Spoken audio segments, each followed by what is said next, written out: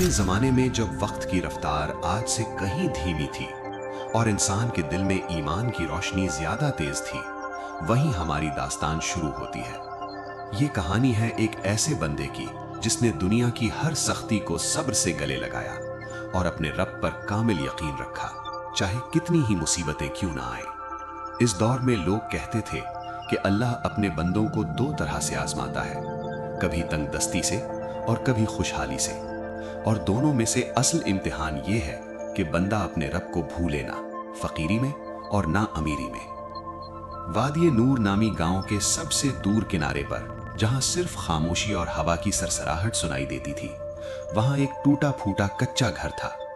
दीवारें मिट्टी की थीं जो बारिश में पिघल जाती थीं। छत सूखी घास और लकड़ियों की थी जो गर्मी में भनभनाती रहती, और दरवाजा इतना पुराना था कि हर बार खुलने पर चरमराता और अपनी बेबसी बयान करता।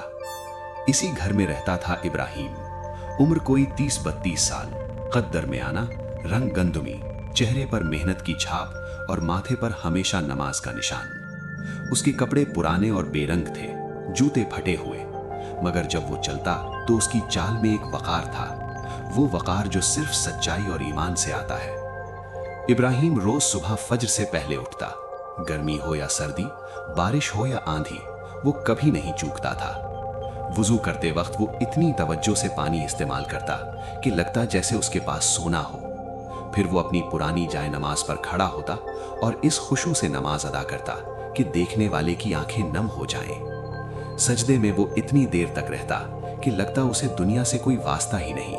वो आहिस्ता आहिस्ता कहता, या अल्लाह, मेरे पास दुनिया की कोई दौलत नहीं, न सोना है, न चांदी, न खेत है, न मकान, मगर तेरी रहमत पर मेरा भरोसा इतना पक्का है कि मैं किसी बादशाह से कम नहीं। तो जो भी देता है उसमें बरकत डाल दे, और अगर मुझे तंगदस्ती में रखे तो मुझे सब्र और शुक्र की दौलत से महरूम मत कर। नमाज के बाद वो थोड़ी देर कुरान की तिलावत करता। उसकी आवाज में इतनी कशिश थी कि परिंदे भी चुप होकर सुनते। फिर वो अपने रोज के काम पर निकल जाता। इब्राहिम की बीवी का नाम नादिरा था। जब पहली बार उससे उसकी शादी हुई थी तो लोग कहते थे कि इब्राहिम बड़ा खुशनसीब है जो उसे ऐसी बीवी मिली। मगर शादी के बाद आहिस्ता आहिस्ता नादिरा की असलियत सामने आने लगी। उसे गुर्बत से सख्त नफरत थी। उसे चाहिए था शानदार घर, महंगे कपड़े, सोने के जेवरात और मुआशरे में इज्जत। जब उसे समझ आई कि इब्राहिम बस एक मामूली मजदूर है जो रोज कमाता है और रोज खाता है, तो उसका दिल भर गया। हर रोज जब इब्राहिम दिन भर की मेहनत के बाद थका हारा घर लौटता तो नादिरा उसका इस्तकबाल तल्ख बातों से करती। कब तक यूं ही रहेंगे इब्राहिम, वो कहती, और उसकी आवाज में तल्खी साफ झलकती। देखो पड़ोस में कासिम का घर कितना बड़ा है, उसकी बीवी के पास कितने सोने के जेवरात हैं, और हम तो भिखारियों की तरह जी रहे हैं। इब्राहिम आहिस्ता से जवाब देता, नादिरा, रिस्क तो बटा हुआ है, जो अल्लाह ने मुकद्दर में लिखा है वही मिलता है।